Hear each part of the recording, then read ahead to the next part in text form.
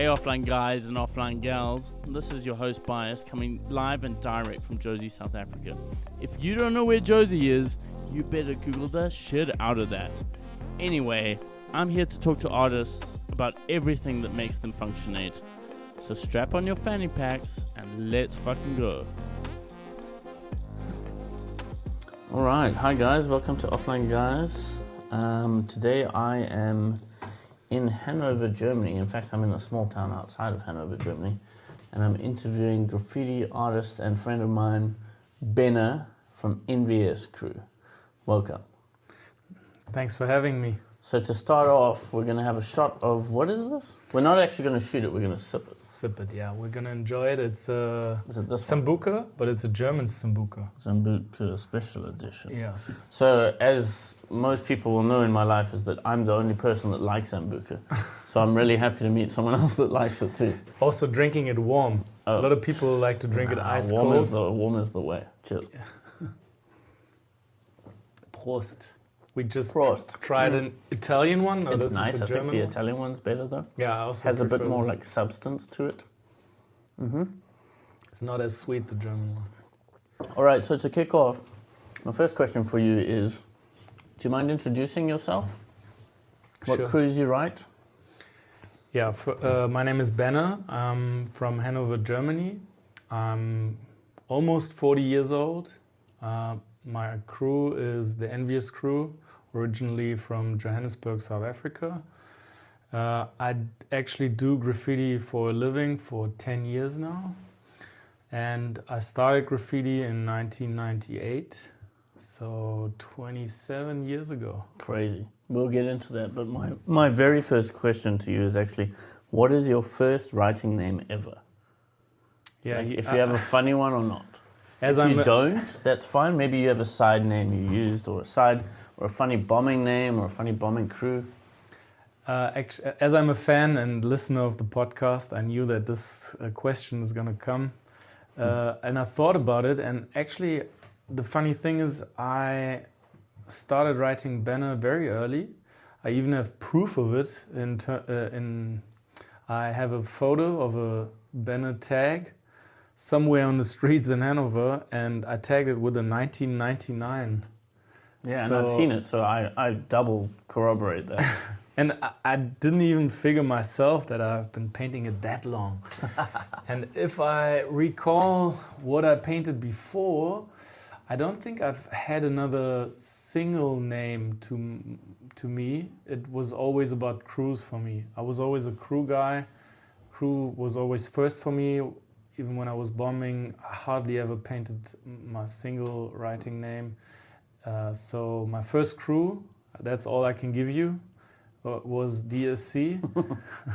Yeah. It was stood for the Stone Criminals. And that crew didn't exist very long, as it is usual with your first graffiti writing names. Yeah. And then shortly after, a friend of mine and me came up with SCL, and that was our crew for a couple of years, and we did that quite a bit in Hanover, at least. Very regional though. Back in the days, we weren't traveling a lot. What was SCL standing for? The main thing was Style Connection of Lunatics. Okay. But we came up with different names. Yeah, so I was asking you what does SCL stand for? Yeah. I don't remember all these names we came up with. One was pretty stupid because none of us took cocaine, and it was Sniff Coca Lines. That's really funny. It's you know how it goes when you come up with the letters first, and then you think, oh, what kind of silly things can we do? But that's why NVS is so cool, right? Because it doesn't necessarily have like a letter-based name. It's like Envious. Yeah. So Envious Crew, my South African crew, although now we're international. When I met my brother Norz, first he told me about the crew, and I like the idea of the name straight away because he told me it has like several meanings to it, and you can interpret it in different ways in terms of more of a graffiti ego thing, in terms of that other writers envy us for being so good. Mm-hmm. Yeah, exactly that.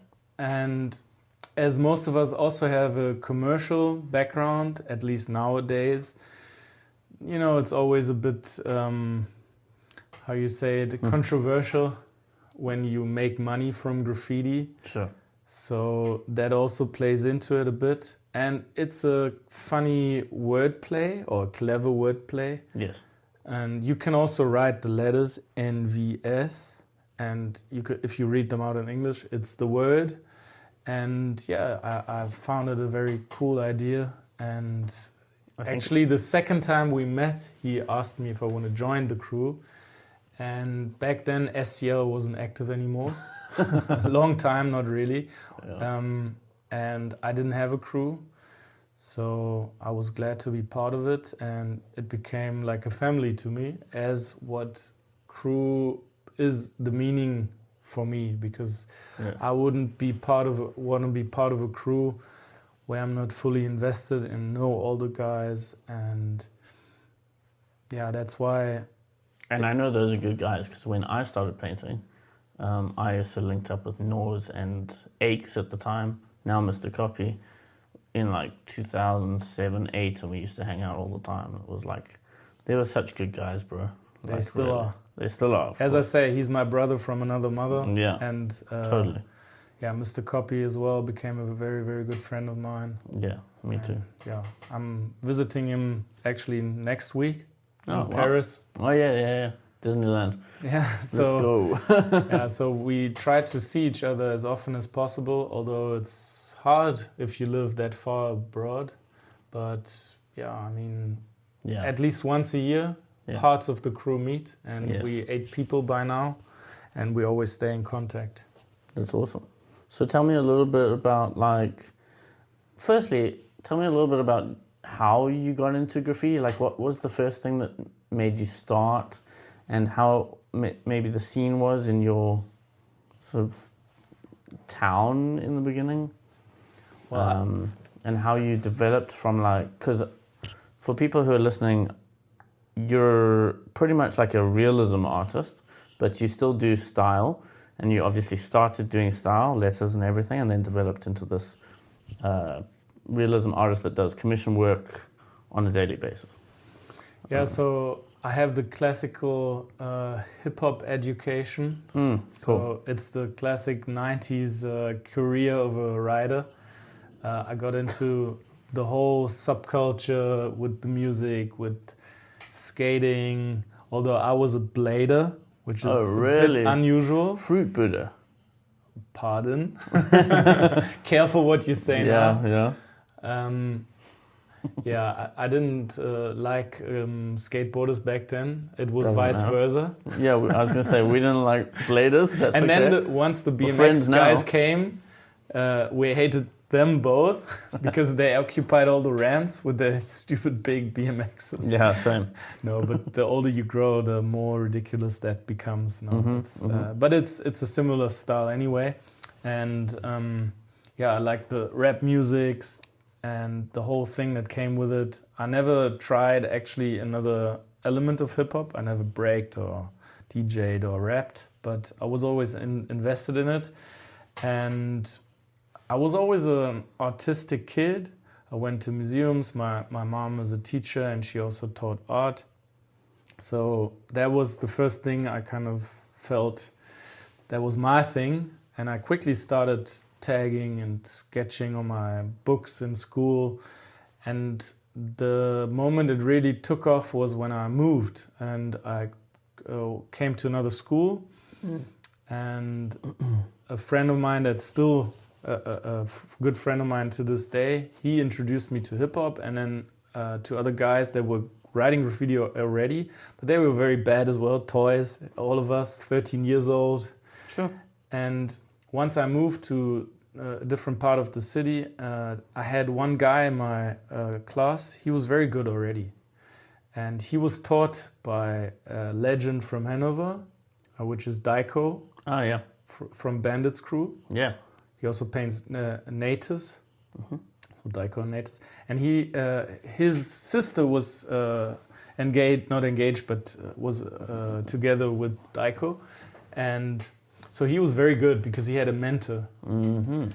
And then that guy, he was painting my ass. My ass? My ass. No way. It was MIAS. And he was playing with that my ass I thing. mean, I'm writing bias or whatever. You know, I get that kind of joke a lot too.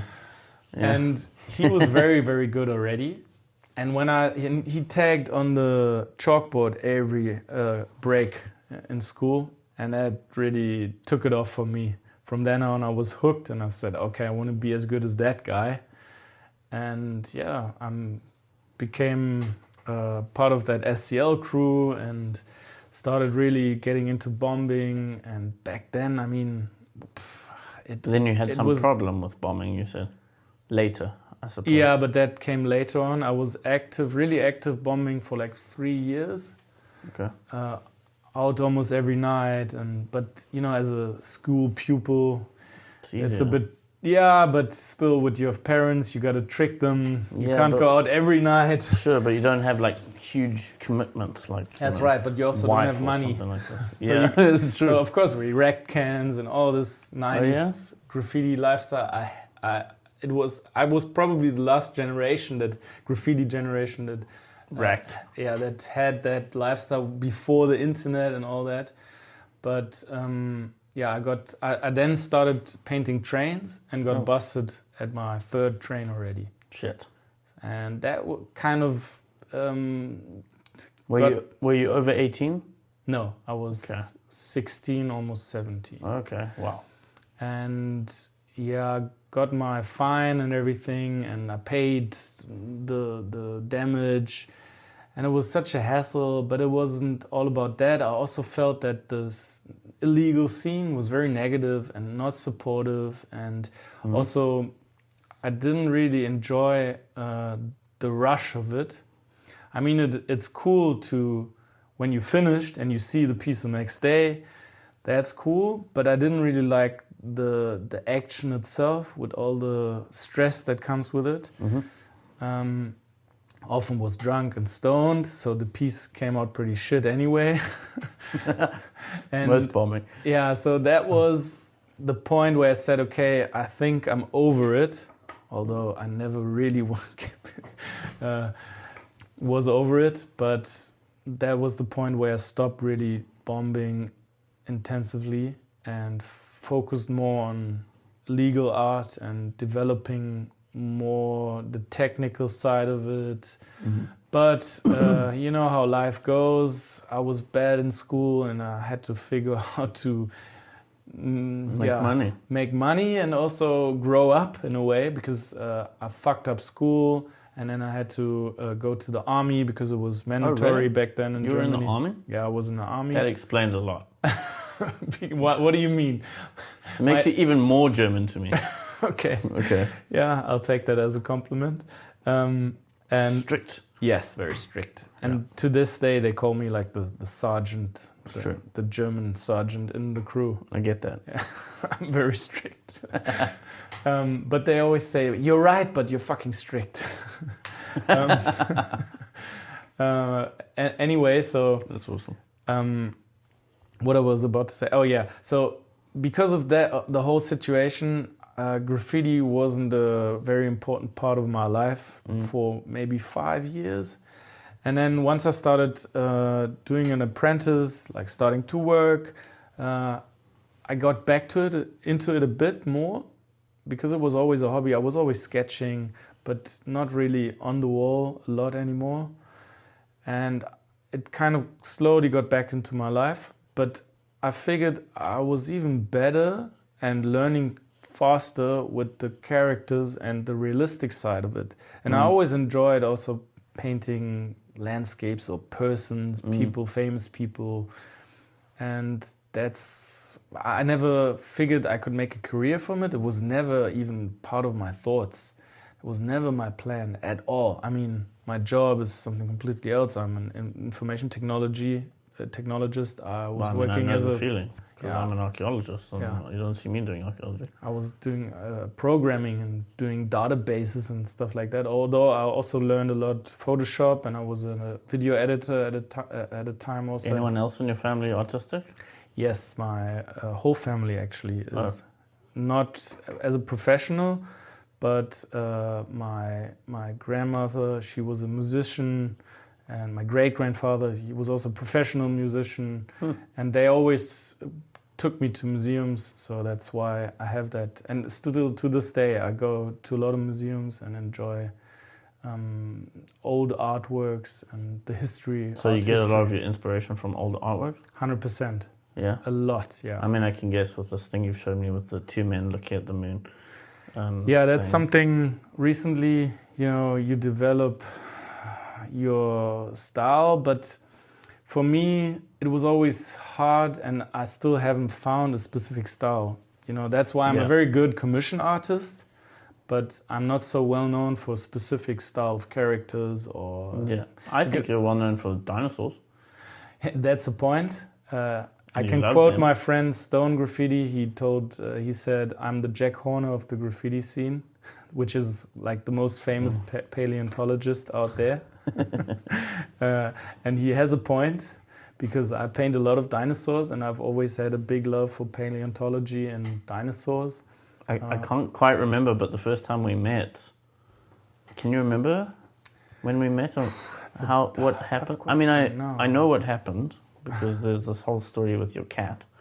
But you painted dinosaur skulls as well, and I feel like you might have said to me, like, oh, you're an archaeologist, like, do you know the name of this dinosaur? I was like, no, can't do fucking paleontology, but yeah, it's a different thing. Yeah, archaeology and and I'm not good when it comes to geology, because if you want to be a paleontologist, you have to study geology. Yes. So I'm not really very good. Yeah, you see, okay, but only for 1 year.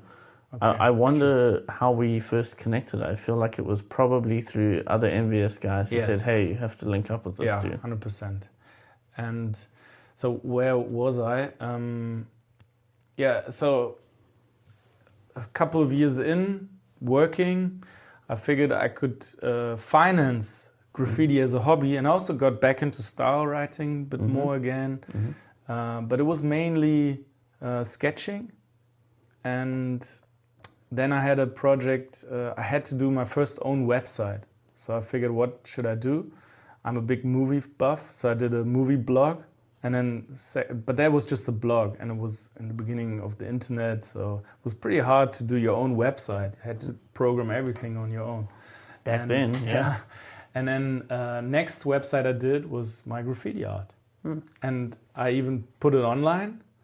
And I was one of the first, like in the region of Hanover, that had a website about graffiti. And that gave me a couple of inquiries. And then I remember my first commission was a swimming pool, local swimming pool. And they asked me to paint all the walls. I was like, okay, why not? Sure. And they gave me, I think, €1,000. And I thought, somebody gives me €1,000 to paint graffiti. That was completely out of my thoughts. And it slowly progressed, and I got better. And then a couple of years later, I was unhappy in my company, and I thought, why not try doing graffiti as a career? But I still did it as a side hustle and slowly professionalized it. And was it scary for you to break into that kind of realm? Not really. I was always a guy that was hustling with different stuff. Like selling weed? Yes. Yeah. Big time. Got into big trouble because of that. Now I can talk about it. So. Yeah. Did you have any problems with addiction at that time? Yeah, I would say. Were you using what you were selling? For 100%. I got high on my own supply, I can tell you that. And you weren't selling gas. It was not gas. No. Okay. Yeah, I smoked weed for 15 years daily. And the moment I got busted for like A a lot of weed, and in Germany back then, now it's legal. Yeah, it's Although legal. that amount I was busted with wouldn't be legal these days. Yeah. Yeah, that kind of changed my life completely in terms of that I stopped smoking weed from one day to the other because I was on probation for a while. Crazy. And one of the things, part of my probation was being drug-free, and I had to test every 3 months. Wow, really? So I had no choice. And I didn't want to trick them or anything, try to. No. Yeah, I said, okay, then that's part of my life is done. And it was pretty easy to stop. It took a few days of no sleep and, the usual cold turkey. But I figured, because I always thought, and that's something I hear a lot, because you guys were talking about addiction and part of that being part of the graffiti culture in a way. Mm-hmm. And I found that very interesting because what I often hear is that a lot of artists say it gives them more inspiration. Sure. And for me, the opposite was the truth. I I always thought that myself. There is truth in that some people, and I was like that as well, could focus longer to something. But in terms of building up ideas and focusing on them and making them come to life, bring them to life, after I stopped Just smoking on weed. that topic, like how, most people who smoke weed when they sleep, they say they don't dream. Yeah, exactly. Like, would you say you ever take inspiration from dreams? Not really. Not really. No. Okay. I'm sure someone must. But I'm a very logic person. I'm planning all my artworks very much. I even struggle with freestyling my letters. I kind of forced myself in the last years because also my style writing was very all about being symmetrical. And I found it funny because Mars was talking about the same stuff. He tried to do super symmetrical stuff. He was doing actual symmetric pieces, they're like left and right to the side. Exactly.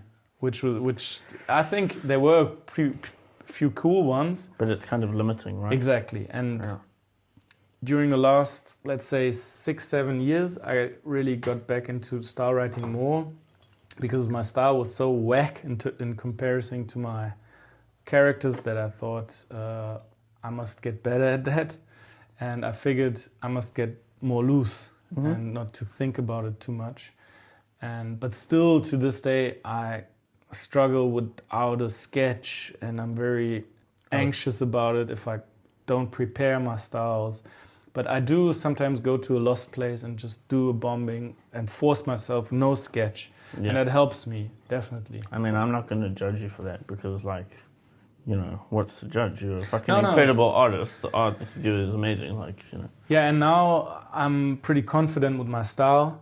I think it's amazing that you came back from only seeing you do really realism and then all of a sudden doing letters, and then we were a lot of people, I feel like in my realm, maybe Mars and that, we were like, oh wow, now he's doing letters, cool, I wonder what influenced that. Maybe it was Noz who told you must come back to it or whatever, but I guess it was just you coming back to original hip-hop actually. Yeah. And being like, hey, roots, back to the roots, and it makes you more multi-dimensional. Some of the artwork that you showed me is has crazy realism stuff in it, and then intertwined into that there's letters in the background, and like you were saying to me, selling it to corporate is difficult, but sometimes you have to, because actually graffiti that's done with lettering and multiple techniques is quite wanted, I would say. Yeah, people want to see that it is done by graffiti artists.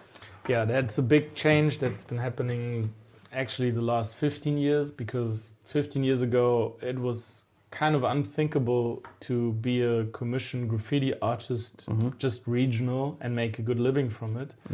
But it slowly but surely changed, because I think the people that grew up with graffiti, they started working and having positions in bigger corporate firms, but even smaller companies, and they were open-minded. They didn't see it as something negative, even if it would incorporate classical graffiti, which still has a illegal vibe to it. And that's also something I'm very, very aware of, and I am very upfront to my customers that I tell them I like all graffitis. I do enjoy illegal graffiti. I try to talk to them about it, to Education, rethink, right? to rethink of the perception of graffiti and what it takes to do an illegal piece and what the motivation is. And the risks. Yeah, and the risk and the effort and what graffiti writers do just to bring some color into Crazy, huh? gray, dull urban landscapes. And it's, that's why I enjoy doing workshops a lot. I'd say a third of my work is workshops. And not only that I show people how to use a spray can, even more important for me is the conversation about graffiti and how people look upon it. And I think you can easily show people what this culture is about, and that they mustn't, I don't want them to say, okay, now I like all graffiti, illegal or not. Sure. But they mustn't say, okay, it's illegal, then it's bad. So, and also to teach the kids the old school rules. I mean, there are no unwritten rules, but there's just logical rules and mutual respect for specific things. And that got lost a bit through the internet, I think, mainly. Because back in the days, you had to have something like a mentor or an experienced writer you could ask at least about specific things. And nowadays, you just see legal graffiti in the internet, you watch a few YouTube videos, and then you think you're a writer. And then you go out and tag something which you shouldn't do, or go over another piece which you shouldn't do. And those are the things I try to get out. Educate people about. So tell me a little bit about your traveling as well, because you lived, we'll get to South Africa in a minute, but you lived in South Africa for a time, and you have quite a deep connection with South Africa, right? Or Africa in general, perhaps. But you've also traveled a lot with painting, or personal travel. I'm quite interested in that. It's so you've told me you've been to New York. Well, I've been to all continents except for Antarctica. Too cold. Yeah, always when I say I've been to all continents, then everybody tells me Antarctica. No, of course not. But that's mainly because my mom, she always traveled a lot, and she always took me, even as a small kid. And so I saw the world when I was 16. I've been all over the world already. And we'll get to South Africa because I lived in South Africa when I was very young. Yeah. But travel-wise, combined with painting, I only did that the last 10 years when I really, or 15 years maybe, when I really got back into graffiti more seriously. Well, maybe I can ask you this as what is one of your favorite places that you've been, and where is somewhere you would like to go to and perhaps paint? That's a good question. My absolute favorite place obviously is South Africa. It's my second home, so there's nothing above it. But in terms of traveling, I'd say nothing beats New York. That's really? I've been there twice. Last time I was there 2 years ago. And that city has an unmatched energy. Apart from the graffiti history, that's one thing, but even without that, New York is something so vibrant. You have to experience it to really get it. And when I took my girlfriend and we went on quite a long trip around the East Coast of America, even up to Toronto. And after almost 4 weeks, I asked her, what was your favorite place? And she said, New York. I never thought that I would feel what you told me beforehand. And it's really something I encourage everybody, go to New York once in your life. And there's something for everyone. If it's graffiti, if it's art, cultural stuff, if it's food, it's just the place to be. And it's a funny thing, I actually have a funny connection to New York, and I can get back to the roots of my graffiti name, because BENER is written with one N, which in Germany you would read it BENER.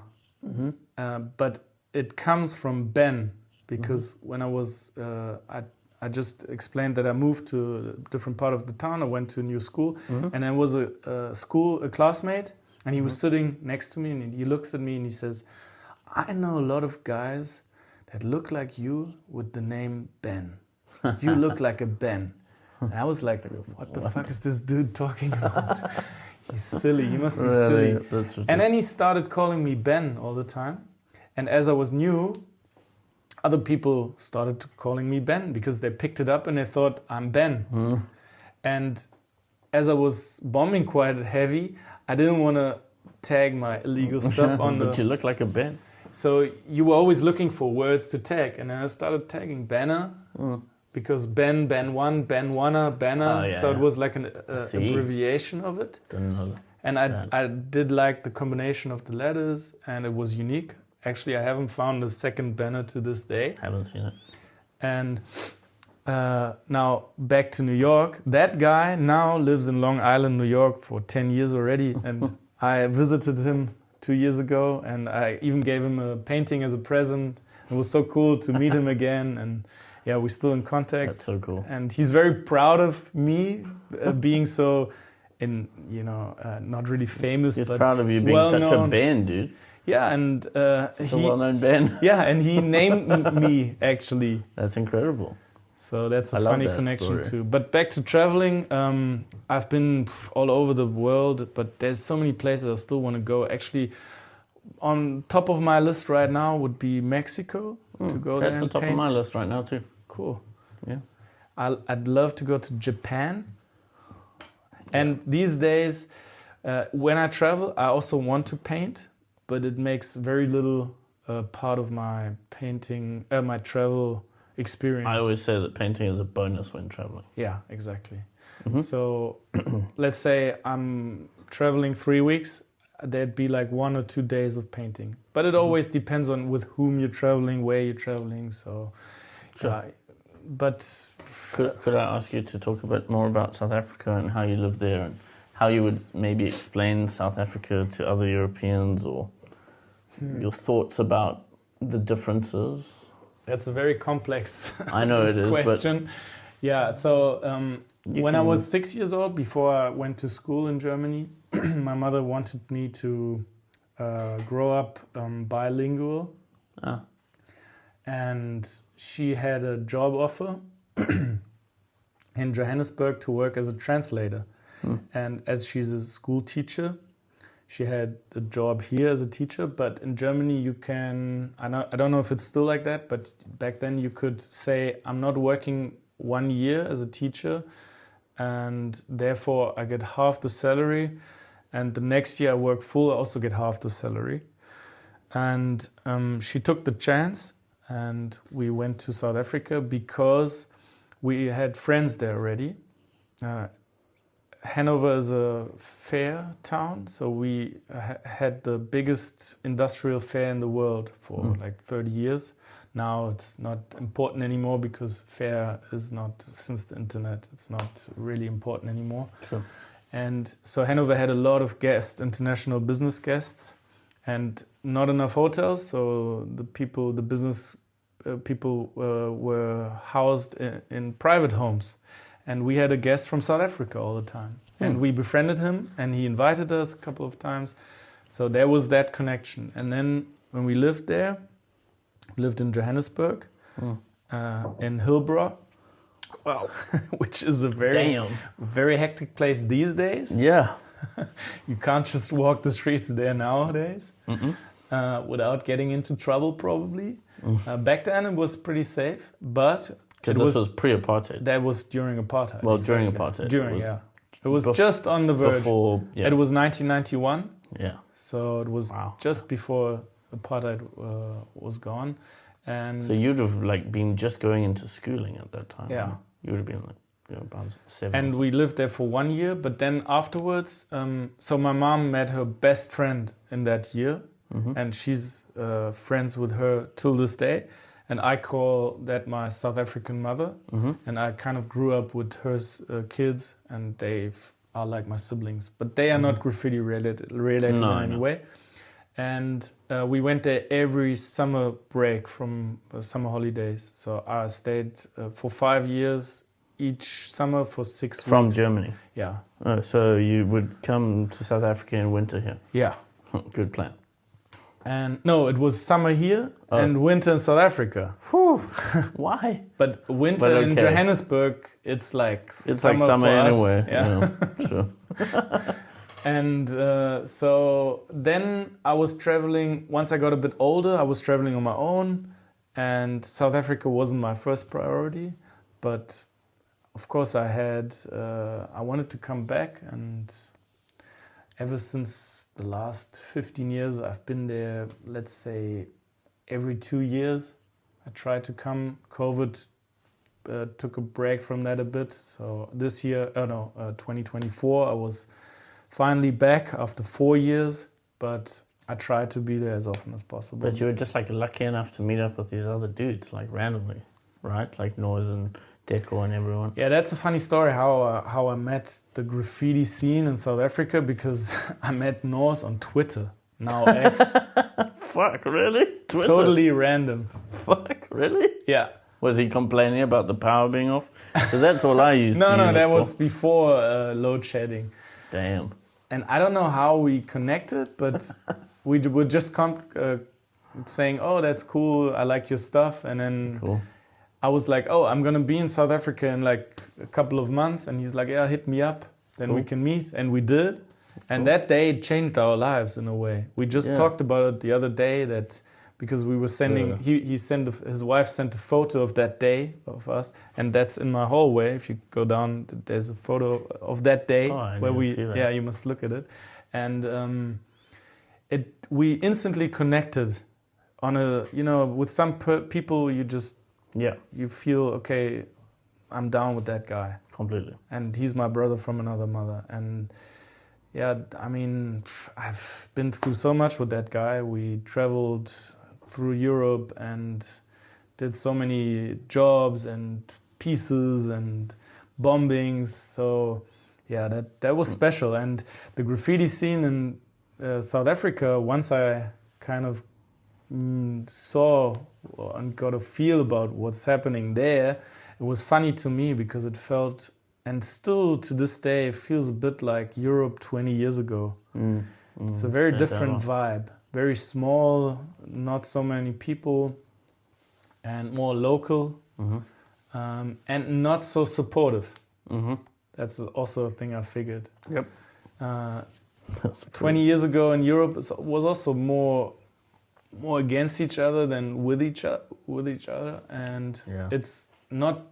It sounds so bad because I met a lot of nice people from the graffiti scene in South Africa, and I wouldn't say they're all against each other, but you could feel there's a lot of graffiti politics, as I would say. Tension. Yeah, tension, and it's funny to me to this day when I come to South Africa to see the bombings and the politics. Yeah, all the stories you hear in the background. There's quite a lot of welcoming of foreigners, though. Yeah, that is right.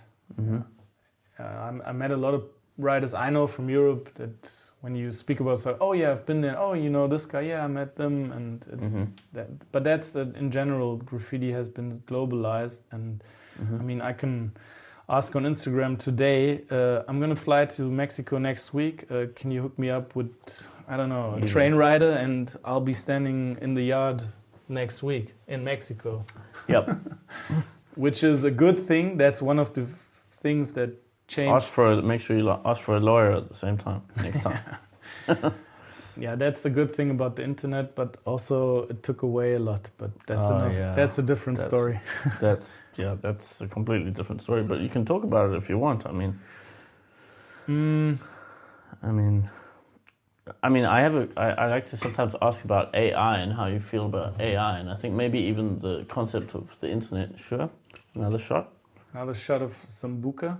Yes, please. But I'm not gonna shoot it, obviously. No. This is not South Africa, and they don't cost 5 rand or whatever it is. 10 rand a shot of Sambuca in any disgusting flavor. Prost. Well, I mean, that is interesting, but I mean, you were talking about early hip hop basically, and hip hop never came from the internet.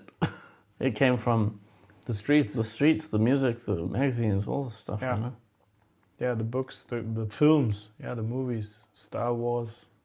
But and when I've been here in your house now, I see that you engage with a large source of like media. You have so many books on like everything, and so many people these days don't even have that. They just have their phone. 100%. Which is bizarre to me.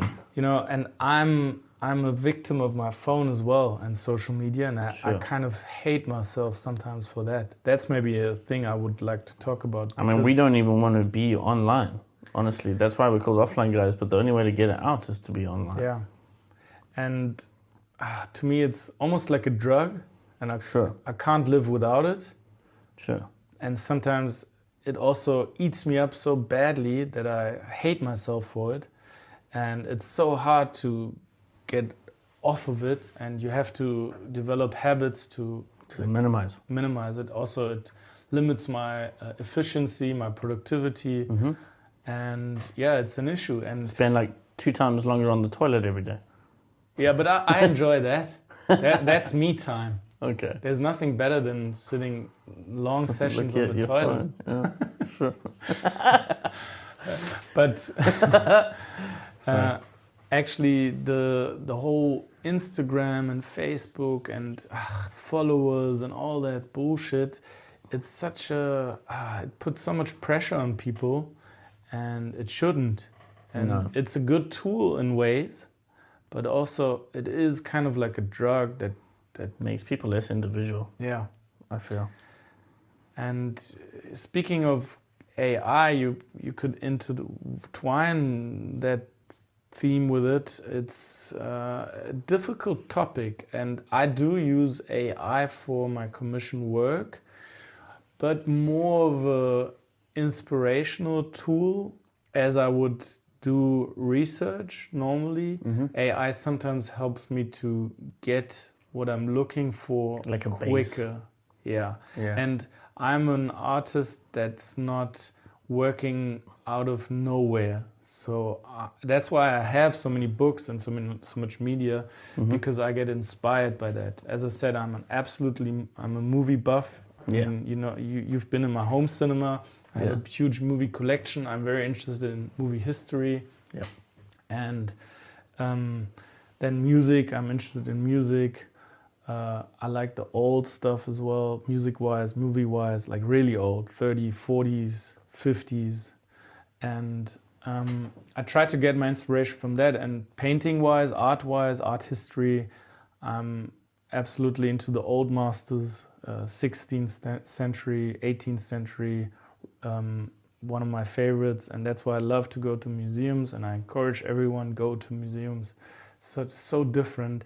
It's the same with graffiti. If you see it on the streets in real, the murals, the pieces, and that's the thing. Also, I like that you don't post all of your pieces that you paint, and I'm the same. And sometimes, I'm a purist, though. Even every piece I paint, I hardly ever post it straight away, because I want people to have like a motivation to see it in real life first. So go and try to find it. Yeah. Or I'd also like to send it to a magazine, so it gets printed first, which is also more analog and more to a specific type of people that take the time, the money, and the effort to look at them in the magazine, at least, because you can't travel everywhere to see all the pieces. But that is something. It's a very complex topic, and I sometimes don't know how to feel about it, because AI also, I get the point that it's robbing artists, but also I see that, for example, my art is a complete robbery, if you say so, because my whole inspiration is from other art, whatever art that means. What someone wants. Yeah. Or whatever. Well, even my free work is hardly... Even if it's an idea of a completely original artwork, even if it's from my own photo reference, which I do also take, it often is based on artwork that was there already. That even if it just inspired a little part of it. And therefore, I think there needs to be regulations for AI at a certain point, and you can use it, but you must be very, aware of how to use it. So just doing a prompt and then painting it one by one, that's pretty lame.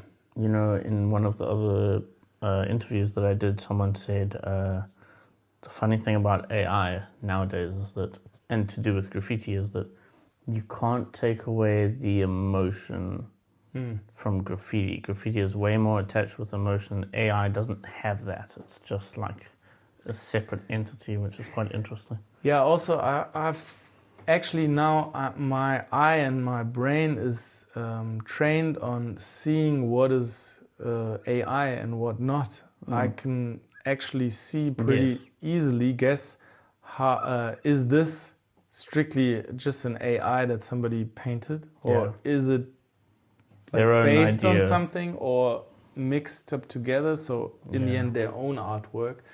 And that's why I always try, if I use any type of copying mechanism, be it AI or a different artist that I reference from, or a photo, then I try to mix the things. And that's what even Picasso said, a good artist is a good copyist. But a good copyist. And then it makes a new art from it. And everything has been done. You will not find something that's not been done. I'd like to get into some of the more silly questions that we have now. Sure, I'm Just down. Otherwise, we're going to go on for hours. Of course, I like to totally talk. Fine. And I think I now have the record of talking more than you. Huh? Yeah. But that's something I'm still learning on this podcast. Is that I'm just here to listen. So, my first question is, what's your favorite kind of surface to paint?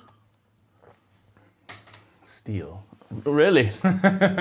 Well, that's for the fourth time coming sometime. That's the obvious, most obvious answer. Only steel is real. Yeah, I mean, these days, I can't get into details, but steel is very rarely my surface. But I'd say a virgin concrete wall, nothing really beats that, eh? Nah, it's totally my thing. And even some rough surfaces like you find in lost places can also be very nice. For like working your work into it somehow, yeah.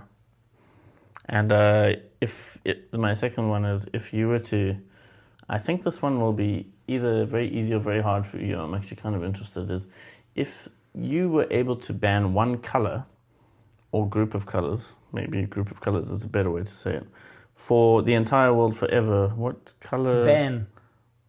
Like it wouldn't be allowed, like they couldn't make it anymore, they couldn't produce it, like just it's gone from the world in terms of painting.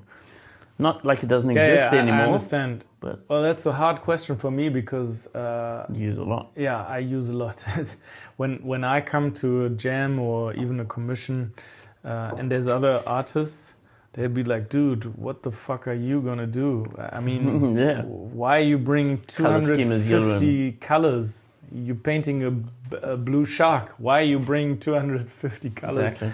And I'll be like, watch me, because my workflow these days is almost like the old masters do it. Like they have an underpainting and put it on top. So it's hard for me to exclude any color because I use weird colors also. That makes it look very real sometimes, that you add some pink in snow or some purple in the shadows. Some weird purple where you would never think this would work. Just be the guy that bans chrome, bro. No. Black would be my choice. Really? That's a good choice. Although that is not a color. But we say like a paint. Yeah, I would say black. That's the first you could get rid of. I'm surprised. I would have thought you'd say pink, because actually when I looked in your studio, you have very little pink. But I do like pink a lot. Yeah, so but you use it in obviously a sneaky way. Yeah. Black is good. Yeah, that's definitely. And a lot of people would say brown. No, but brown I think is great for a base color. Brown, even piecing or any type of artwork, brown goes so well with anything. No, those people are full of shit because they think it looks like shit. Yeah, but and it's not. It's if you look can at, be used for so many deep base layers because you can get red browns, green browns, grey browns. Even a shit brown works very well, although shit has a lot of colors. But no, it works Today's brown. If you use a bright color next to it, it can make it so nice. Yeah.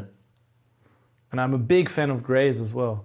Oh yeah, me too. If you would ask, if any painting company asks me what is your color would be your what is a BENER1, color? I always said like a warm gray, a greenish gray, like a stone gray. I've always said mine would be babuti beige. That's what it would be called too. You know that food? Yeah, of course. Babuti beige. But okay, so my next one is I actually want you to tell me a graffiti story if you have one. Like a crazy story, an easy story. I mean, I know you have the story about Mabaneng, and that's really intense. Well, that wasn't graffiti related. So maybe I can give you two. One old school story that was like the usual chase cop story, which was pretty funny. We would, it was in the middle of the night, and we were tagging, and it was on a pretty remote road. In Europe? Yeah, in Hanover here. Okay. And a cop car passes us, and we were like, oh fuck, are they gonna stop? And they ride past, and it gets slower. Shit. And they stopped, and we're like, okay, fuck, let's run.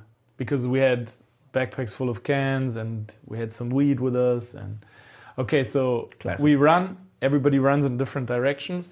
They turn on their lights and quickly get out of the car and try to chase us.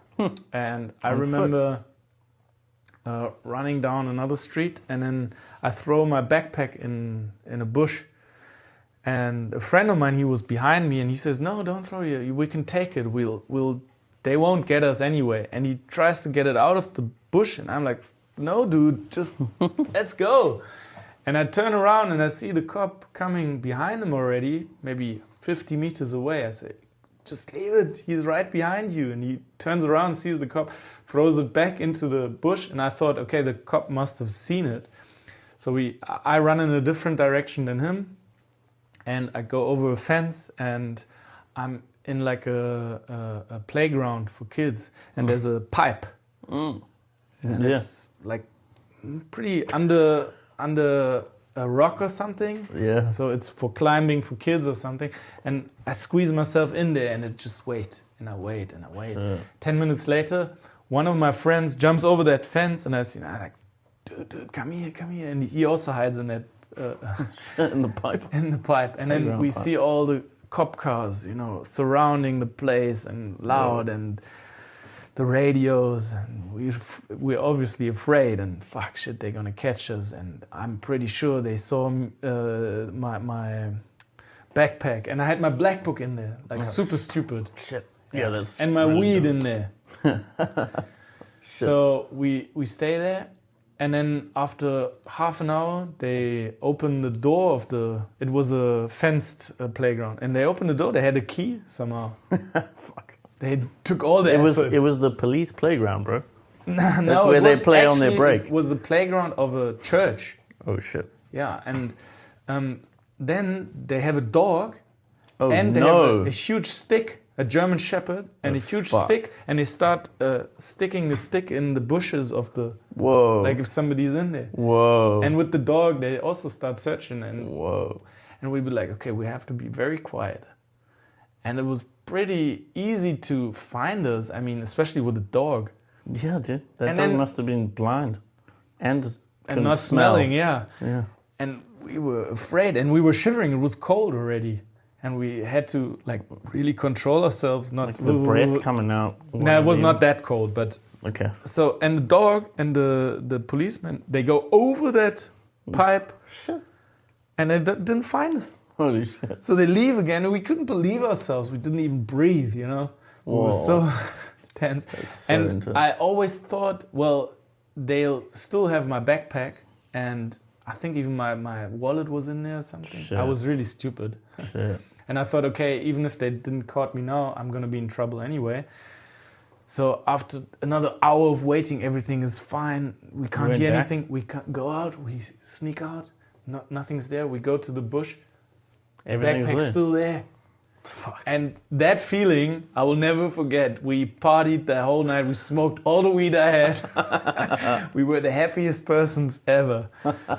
Yeah, that was very cool. That's a fucking crazy one. And the other story is I went to a township in Cape Town, Gugulethu, which is the biggest township in the southwestern Cape, in Cape Town. Very dangerous place. They have 370 fatalities every year. Oh. So there's not one white person living in that neighborhood. Sure. And I went there for a tour, for township tour, and I didn't want to have like a touristy tour. I wanted to be there with locals. Like an authentic tour. Authentic, yeah. And I researched something, and they put their revenues to a social project inside the township. And I met these guys, and they showed me around, and I befriended them, and I showed them my artworks, and they said, "You must come back, paint something in Gugulethu." And I did. 2 years later, I took Norse and painted there with him, gave a workshop to some kids. And then a couple of years later, I went there again and stayed for 3 nights even in the township. And everybody, all my white friends from Africa, my white family, they what said, are you doing? "Yeah, what the fuck, you can't go there, it's too dangerous." And I said, "Don't worry, I'll be there with locals." And I never ever felt unsafe in these days. And of course, they wouldn't allow me to go out on my own. Because I also always had my camera, and I took a lot of portrait pictures. I always wanted to do something from it. And I probably will one day. And the funny thing was, when I went to a nightclub in Gugulethu, I told you that story already. It was really late, and I said, "I want a beer," and he said, "Well, the liquor stores are all closed now, but we can go to that nightclub." Shabin. Yeah, and a nightclub in a township is pretty different than to what you're normally used to a nightclub in Europe. And so we go in that nightclub, and I come in, and it felt like the music stopped, and everybody looked at me like 300 pairs of eyes look at me. Like, "What's that white?" And I had my Bafana jacket on, like bright yellow. Oh, yeah, cool. South African soccer team, for those who don't know what Bafana means.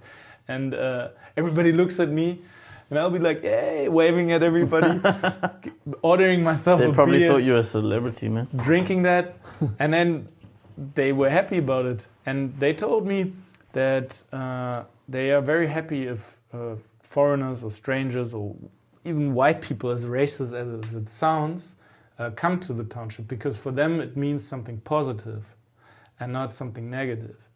And to finish off that story, I did a mural in Gugulethu for the Gugulethu 7, which is it's a memorial. It was a group of freedom fighters during apartheid, and they were killed by the government police, the apartheid regime.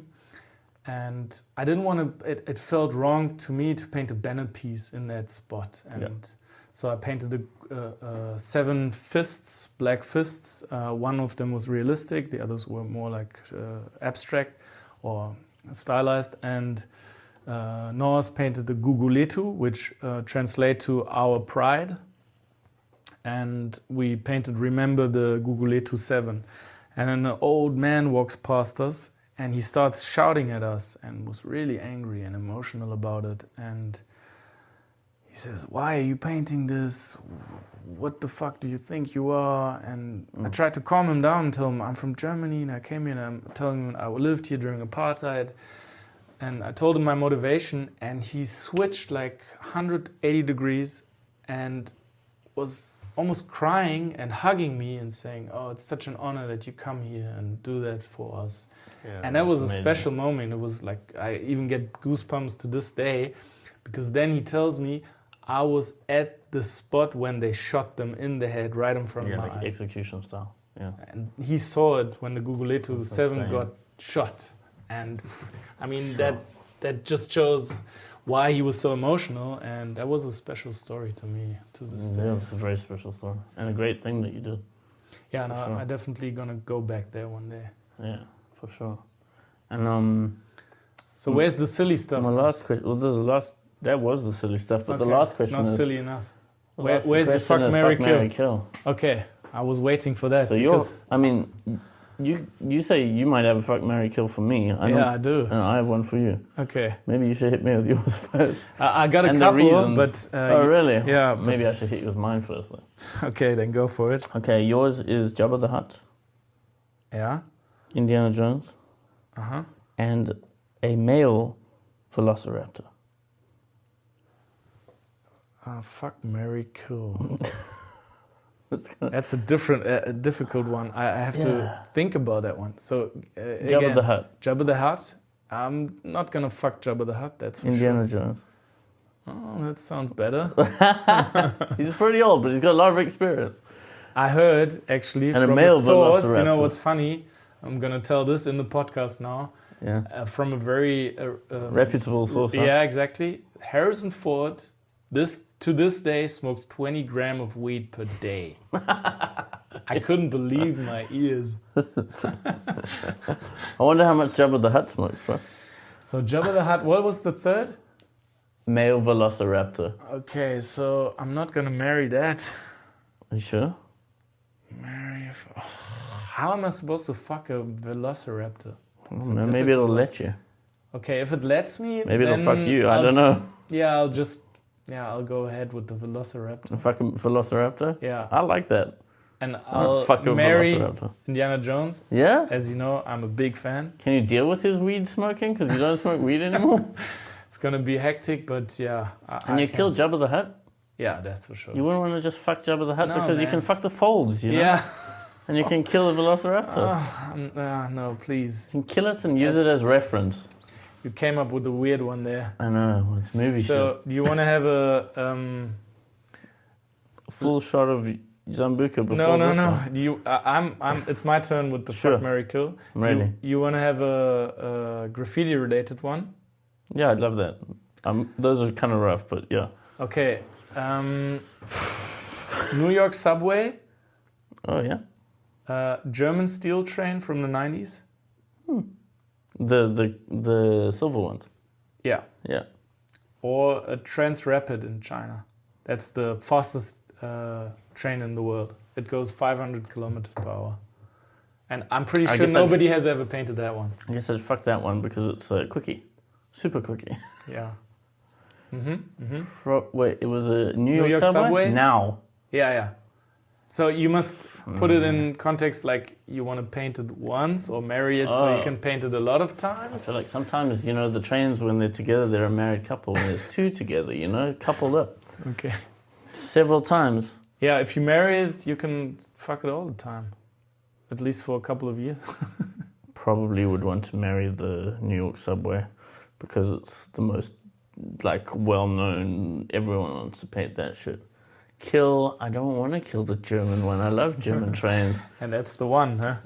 Us Europeans love that thing. Gonna have to kill the Asian one because I haven't been to Asia yet. I don't think as many people would see it as German one. So I just fucked the German one once. I did that already on this trip. So, and then I'd marry. Okay. Somewhere. I thought this was gonna be writers, so that's actually a lot better. Yeah, I have another one with riders, but it could You be. hit me with all of them. It's okay. Okay, so riders is Cap 1 from Star Wars. Cap. Yeah. We had a joke about this on this trip. Is it? Awesome. Cope 2 Someone sent me this as a thing. and Banksy. This is a good one. That's a good one, huh? I tried to come up with the most controversial riders in a way. So you have to fuck either Cap 1, and he's a pretty ugly dude. He's fucking ugly. He's old as shit. Yeah. Cope 2, Wow. you know all the stories. I don't know what's true about that guy, but No, I'd definitely kill Cope too. okay. I don't want to fuck that guy. I'd definitely marry Bang. No, I'd marry Cap, dude. Really? Yeah, because he's gonna die soon. Yeah, he looks pretty finished. He doesn't have any hairstyle. Maybe I could teach him And so something. you fuck Banksy, but you don't Yeah, even fuck know how Banksy. I don't even Banksy know looks. who he is. Yeah. I don't know. He could be a shadow figure. Or he could be like a look like masked man. Jabba the Hutt. He could be fucking so. He could be a sexy woman for all we know. He could be. Okay, next one is a South Africa related one. Oh, God. Oscar Pistorius, No. Jacob Zuma, No. or that DJ, the fuckboy DJ. Oh, what did I say? What's his name again? Yeah, Danny Kaye. Danny Kaye, yeah. That's a good one. Danny Kaye, Jacob Zuma, or Oscar Pistorius? Oh. Just remember, I Oscar would- Pistorius has no legs. I know. So easy access, right? Is that what you're saying? Mm-hmm. Well, it doesn't. He still has legs. It just. I mean, you know what? I guess I'd fuck Oscar Pistorius because he must have a bit of a gape going on already because he's been in jail for so long. That's what he deserves to get fucked. That guy fucking ruined a lot of shit. Yeah. Man. Fuck that guy. Yeah, fuck all these guys. I mean, What was the last one? Jacob Zuma and the DJ, the fuckboy DJ. Oh, jeez, that's horrible. I just married. Oh, Christ, I married Danny Kaye, I guess. I don't want to say that. That's a tough one. I knew this had to be controversial. Yeah, and I would kill Jacob Zuma. Fuck that guy. He's soon to die as well, probably. Okay. But Well, if not, he's dying by AIDS. Well, you don't really die of that anymore. I don't know. But Oscar Pistorius might be dying by AIDS, so maybe I should reconsider fucking him. It's a hard one. Those are hard ones. Hey, it's a hard one, huh? Yeah, You have another one? I thought, yeah, of course. No. German beer, South African braai, and Swiss cheese. Ooh, this is like a dream question, bro. I came up with different things. I'd kill Swiss cheese. Is it only the Swiss cheese? Well, Was it yeah, I all was thinking cheese? about French and Swiss cheese, or Dutch cheese, also very good. So Hard one, because I mean Swiss cheese you can fuck the whole. let's say European cheese. Oof, You harsh. always think with your dick. Think about fuck means kill means you can never have it again. No, it's meant to be with your dick. Fuck means you Well, can. fuck a German Kill means beer, you it's can a never bit- have it again. Yeah. Oof, hard one. Fuck means you can only have it one more time. Sadly, I'd probably kill German beer, even though I love it. Really? Yeah. That's the last I would I have can get expected. beer anywhere. Yeah, but not good Sometimes beer. I like Not cheap as beer. good as German beer. Well, you don't have sours in this country, and I like beer sours. But Bri, South I African have braai. to marry Bri. Have to marry Bri, bro. Yeah, you have There's a point. no other answer except marry Bri. You know what? I'd say, no, that's so tough. Yeah, I'd say fuck the cheese. So I can have it again. At least like once a year, maybe. I have one more, but we're Really? getting out of hand, huh? Yeah, we're running out of time, but I can cut all of this or whatever. Yeah, sure. So Choose one. trackside bombing, rooftop, or an abseiling piece. Jeez. Like Rams does right now, crazies. Kill abseiling peas because I'm scared of heights. I knew. I'd never fucking do that shit. Yeah, me too. If I did it, I would probably have a heart attack. I guess I would... A rooftop or I would- trackside bombing? trackside bombing, I would marry, and rooftop I'd fuck. Yeah, because also sure. the height, huh? I prefer trackside. It always makes a nice photo with the tracks in it. Sometimes you get a train coming through. Sometimes there's animals. It's like rooftops. You don't see shit. It's just like drain pipe, maybe. Well, in European cities, you can get dope rooftops. I don't know, but train. You can sometimes get a train at the trackside. You never know. It could be a layup. That's right. Well, okay, cool. Thanks for all of those. I'll tell you a story after this about stuff people sent me because I got some other ones that. I'll give you one. One of them is, would you rather eat dog shit or fuck Coke too? But that's just two. Yeah, but it's a would you rather. Sometimes there's that. Oh, it's a hard one. Yeah, I know. That's. I'd rather eat dog shit. Is it? Yeah. I don't know. Depends My how own dark dog. it is, My own right? dog. Yeah, okay, sure. But not with the diarrhea she has right now. Oh, that's a tough one. I don't like that question. You hear the other one I gave Skeet? It's, would you rather have a car that says MILF Hunter all over it? Yeah. Or would you rather everything in your house, including carpets, toilet paper, walls, blankets, towels, everything says live, laugh, love on it? Everything. No, definitely the MILF Hunter. Yeah, same. But what if your mom drives the car? I don't care. I am a MILF Hunter. My girlfriend is 14 years older than me, so... So it's really appropriate. Shit. Should I say GILF Hunter for you? Ah, stop it. No, we're cutting all of that. But, yeah, my last thing is, do you want to send any shout-outs? It's been a great having you on the show. Yeah, I could talk for 2 more hours. I've had so many ideas what I wanted to talk to you about, but whatever. I hope we will do an update and come back to certain people. Cool. Know. I'm down. Thanks for doing this. First of all, shout out to Bias and his producer. Snook. Snook, yeah. Have you ever eaten snook? No. Really? No. It's very South African fish. You should try it next time. I have probably. It's very smelly. Okay. Same as my producer. Don't. And me, apparently. Yes. You shouldn't, when you sit in the glass house, don't throw rocks, huh? Yeah. That's how we say it in Germany. Well, shout outs. Shout out to my crew. That's all I need to do. That's, all my Envious crewmates. Norse, Deco, Unicode, Coarts, Snare, Soak, Mrs. Crush, Sim1. This is my family, and that's all. It's a wrap, I'd say. That's a wrap. Because if I forget anybody, I don't want. I know so many people, so many riders I adore. It's like that. Yeah. I would have to write down lists and lists and lists. So my crew is my family, and that's where my. Cool, man. It was awesome having you on the show, dude. I hope you had fun. Man. Yeah, it was great fun. I could continue more. We're just gonna keep doing Fuck, Marry, Kill for the next couple of hours. All right, cool, man. Thanks so much. If you enjoyed this episode, it really helps us grow if you like, comment, share, and subscribe on the platforms that you listen on. So check us out on the next one. Keep painting, and we'll see you on the streets.